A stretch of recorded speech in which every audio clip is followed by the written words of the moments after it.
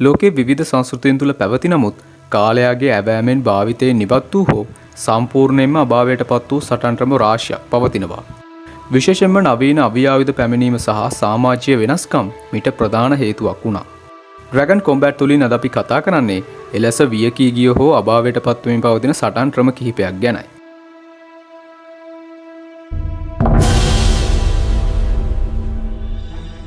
ධනුර්වේදය ඉන්දියාව.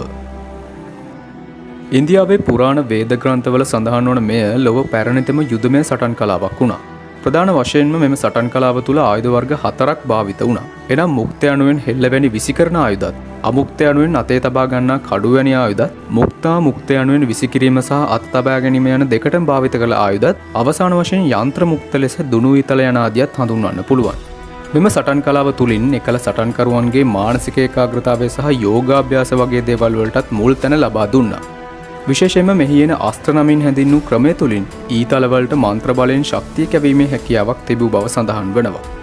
කොහොම වුණත් මේ සටන් ක්‍රම නවීන ගිනියම් විපැමිණීම හා විදේශීය ආක්‍රමණත් සමග ගුරුකුල තුළින් ක්‍රමයෙන් ගිලිහී ගියා. රින් කැම්ප් ෆ්‍රම් ජර්මනිය. මෙම සටන් ක්‍රමය මධ්‍යකාලීන යුරෝපයේ නයිට්වරුන්ගේ සන්නාහ සටන් එසේත් නැත්නම් ආමර්ඩ් කොම්බැට් සඳහා අත්‍යවශ්‍ය විය. මෙහිදී සිද්ධ වුණේ ආරක්ෂිත ලෝහැඳුම් කට්ටලයක් ඇඳගෙන සිටින ප්‍රතිවාදියෙකුට කඩුවකින් පහර දීම අපහසු නිසා ඔවුන්ව බිම දමා සන්නාහයේ සිදුරු තුලින් පිහියකින් නැනීමයි. මෙම සටන් ක්‍රමයේ සාක්ෂි ලෙස 15 වන සියවසේ සිටි රින් කැම්පර්න් සටන් මාස්ටර්වරුන් ලියූ පොත්පත්වල මෙම සටන් ක්‍රමය ඉතාමත් සංකීර්ණ ග්‍රහණ සහ බිම හෙලීම් සිතුවම් කර තිබෙනවා. නින්ජුත්සු ජපානය. නින්ජුත්සු කියලා කියන්නේ පුරාණ ජපානයේ ශිනොබි හෙවත් නින්ජාවරුන් භාවිතා කළ රහසිගත සටන් ක්‍රමයක්. විශේෂයෙන්ම නින්ජුත්සු තුළ ශිල්ප ක්‍රම 18ක් පමණ අන්තර්ගත වන අයයි සඳහන් වනවා. ඒ කියන්නේ නින්ජුත්සු යනු හුදෙක් සටන් කිරීම පමණක් නොවේ. මෙහිදී කාලගුණ විද්‍යාව, රසායන විද්‍යාව, කඳුනැගීම සහ ජලය මත ඇවිදීම වැනි විවිධ උපක්‍රම 18ක් ඇතුළත් වුණා.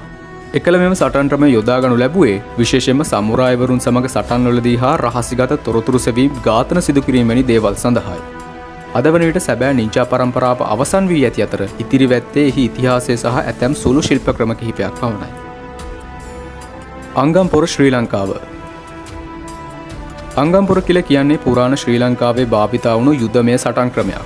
මෙම සටන් ක්‍රමය සම්පූර්ණයෙන්ම වියකී ගොස් නැතත් එකල බ්‍රිතාන්‍ය පාලනය විසින් පනවන ලද තහනම නිසා දශක ගණනාවක් රහසිගතව පැවතුණා. අංගම්පොර ප්‍රධාන කොටස් 3කට බෙදා දක්වන්න පුළුවන්. එනම් අංගම් හෙවත් නිරායුධ සටනුත්, ඉලංගම් හෙවත් ආයුධ සහිත සටනුත්, මායා අංගම් ලෙස මනෝවිද්‍යාත්මක හා මන්ත්‍ර ශාස්ත්‍රය දක්වන්න පුළුවන්. තවද අංගම්පොර ශිල්ප ක්‍රමය තුළ සිරුරේ නිල විස්ථාන පිළිබඳව ගැඹුරු දැනුමක් තිබූ අතර නිලයකට පහර දී ප්‍රතිවාදියා පණ නැති කිරීමට හෝ මරා දැමීමට තරම් හෙළ සටන්කරුවෝ සමත් වුණා. කෙසේ වෙතත් 1817-18 කැරැලෙන් පසු බ්‍රිතාන්‍යයන් මේ තහනම් කළ අතර අංගම්මඩු ගිනිපත් කර ශිල්පීන්ට දැඩි දඬුවම් යොමු කරනු ලැබුවා. බාටිට්සු එංගලන්තය. වික්ටෝරියානු යුගයේ ලන්ඩන් නුවර පැවති මෙම සටන් ක්‍රමය මහත්වරුන්ගේ සටන් කලාව යන අනුවර්ත නාමයෙන් හැඳින්වුණා. විශේෂයෙන්ම ෂර්ලොක් හෝම්ස්ගේ පොත් කියවලා තිබේ නම් ඔබට මේ සටන් කලාව අලුත් දෙයක් නොවේ. බාටිට්සු යනු සටන් කලා කිහිපයක එකතුවෙන් සෑදුණු සටන් කලාවක්. ජපාන් ජුජිත්සු ක්‍රම, ප්‍රංශ සවාටේ හා බ්‍රිතාන්‍ය මල්ලව පෙර ක්‍රම මෙහි ඇතුළත් වුණා. සාමාන්‍යයෙන් එකල බ්‍රිතාන්‍ය රදල පන්තියේ පිරිස් වැඩි වශයෙන් භාවිතා කළ මෙම සටන් කලාව තුළ එකල ඔවුන් භාවිතා කළ කුඩේ සහ අත්වාරුව යන උපකරණ ආයුධ ලෙස භාවිතා කිරීමට උගන්වනු ලැබුවා. එකල ලන්ඩන් නුවර සිට වීදි කල්ලි වලින් ආරක්ෂා වීමට බ්‍රිතාන්‍ය රදලින් විසින් මෙම ක්‍රමය භාවිතා කළ බව සඳහන් වනවා. මුවයි බෝරන් තායිලන්තය. වර්තමානයේ අපි හැමෝම දන්න මුවේ තායි සටන් කලාවේ මව් සටන් කලාව මෙයයි. විශේෂයෙන්ම මෙහිදී අංග 8 කලාව යනුවෙන් හැඳින්වූ විශේෂ ක්‍රමවේදයක් තිබුණා. එනම් දෑත්, දෙපා, වැලමිට සහ දන හිස යන ශරීරාංග 8ම ආයුධ ලෙස මුවයි බෝරන් තුළ භාවිතා කරනු ලැබුවා. මෙහිදී ප්‍රතිවාදියා බිම හෙලා සන්ධි කැඩීම සහ විවිධ සතුන්ගේ ඉරියව් භාවිතා කරමින් පහර දීම සිදු කළා. කොහොම නමුත් 1930 දී පමණ මේ නීතිගත කර ක්‍රීඩාවක් කළ පසු හිසෙන් පහර දීම වැනි දරුණු සටන් අංග ඉවත් කරනු ලැබුවා. මුල්කාලීන සවාටේ ප්‍රංශය. වර්තමානයේ මේ ක්‍රීඩාවක් ලෙස පැවතුනද 18 වන සියවසේ ප්‍රංශයේ වීදි සටන් ක්‍රමයක් ලෙස පැවති මුල්කාලීන සවාටේ ක්‍රමය ඉතා දරුණු විය. මුල්කාලීන සවාටේ ක්‍රමය තුළ බරසපත්තු පැළඳ ප්‍රතිවාදියාගේ දන හිසට මුවට හා සිරුරට ඉතා වේගවත් දරුණු පාපහරවල් එල්ල කරනු ලැබුවා. නමුත් පසුකාලීනව බ්‍රිතාන්‍ය බොක්සින් ක්‍රම සමග මුසු වී වර්තමාන සවාටේ ක්‍රීඩාව බවට පත් වුණත් පැරණි මාරාන්තික වීදි සටන් ක්‍රම අභාවයට ගොස් තිබුණා. හෝප් ලොමචියා ග්‍රීසිය. මේ පුරාණ ග්‍රීක හෝප්ලයිට් යනුවෙන් හැඳින්වූ සොල්දාදුවන් විසින් භාවිතා කරන ලද සන්නද්ධ සටන් ක්‍රමයක්. මේ තනිව කරන සටනකට වඩා කණ්ඩායම් ලෙස භාවිතා වුණු ක්‍රමයක්. මෙහි ප්‍රධාන අංගයක් ලෙස සොල්දාදුවන් එක පෙළට සිටගෙන තම පලිහෙන් තමාගේ වම්පස සිටින සගයාව ආරක්ෂා කරමින් ඉදිරියට යාම දක්වන්න පුළුවන්. හෝප්ලොමචියා ක්‍රමයේදී භාවිතානු ආයුධ ලෙස අඩි 7-9ක් පමණ දිග හෙල්ලේ සහ C4 නම් කඩුව දක්වන්න පුළුවන්. මෙම සටන් ක්‍රමය හුදෙක් සටන් කිරීමටත් වඩා කණ්ඩායම් හැඟීම සහ විනය උපරිමයෙන්ම භාවිතා කළ යුද්ධමය ශිල්ප ක්‍රමයක්. ග්ලැඩියේටර් සටන් රෝමය. මේ හුදෙක් සටන් කලාවකටත් වඩා මරණයට එක් කෙරෙන අතිශය මිලියච්ච ප්‍රදර්ශනාත්මක සටන් ක්‍රමයක් වුණා. මෙහිදී සටන්කරුවන් විවිධ කාණ්ඩවලට බෙදා තිබුණා.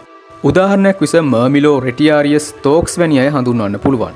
ඔවුන් භාවිතා කළ ආයුධ අනුව මෙම වර්ග කිරීම් සිදු කරනු ලැබුවා. මෙම සටන් ක්‍රමය ක්‍රිස්තු වර්ෂ 404 දී පමණ නිල වශයෙන් තහනම් කෙරුණේ ක්‍රිස්තියානි ධර්මයේ බලපෑම සහ මනුෂ්‍ය ඝාතන නැරඹීම සදාචාර විරෝධී බව පිළිගැනීම නිසාය. පන්ට්‍රේෂන් ග්‍රීසිය. මේ ලොව මෙතෙක් බිහි වූ දරුණුතම සහ සීමා විරහිත සටන් කලාව ලෙස සැලකේ. මෙහිදී බොක්සින් සහ මල්ලව පොර යන ශිල්ප දෙකම එකට භාවිතා විය. සටන්කරුවන් සිරුරේ තෙල් ආලේප කර වැල්ලේ සටන් කරනු ලැබුවා. මෙහිදී ප්‍රතිවාදියාගේ ඇඟිලි කැඩීම, ගෙලසිරි කිරීම සහ අස්ථි බිඳ දැමීම සාමාන්‍ය දෙයක් වුණා. බොහෝ සටන් අවසන් වූයේ එක් අයෙකුගේ මරණයෙනි. කෙසේ වෙතත් ආගමික බලපෑම් සහ සටන් ක්‍රමයේ තිබූ අධික ප්‍රචණ්ඩත්වය හේතුවෙන් මෙම සටන් ක්‍රමය ලෝකයෙන් වියකී ගියා. සිත් ගන්නා කරුණක් නම් වර්තමානයේ අප දකින MMA සටන් ක්‍රමය පන්ට්‍රේෂන්හි නවීන නීති රීති පැන වූ ස්වරූපය ලෙස බොහෝ දෙනා හඳුන්වනු ලබනවා. හොඳයි, එහෙමනම් අද අපි කතා කරනු ලැබේ විවිධ හේතුන් මත ලෝකෙන් වියකී ගිය සටන් ක්‍රම 10ක් ගැනයි. විශේෂයෙන්ම කියන්න ඕනේ මෙම සටන් ක්‍රම වියකී ගියත් මෙහි ඇතැම් කොටස් අදටත් අපිට විවිධ සටන් කලාපන් තුළ බලා ගන්න පුළුවන්. එසේනම් තවත් මෙවැනිම වීඩියෝකින් හමු වෙනතුරු ඔබට සුබ දවසක්.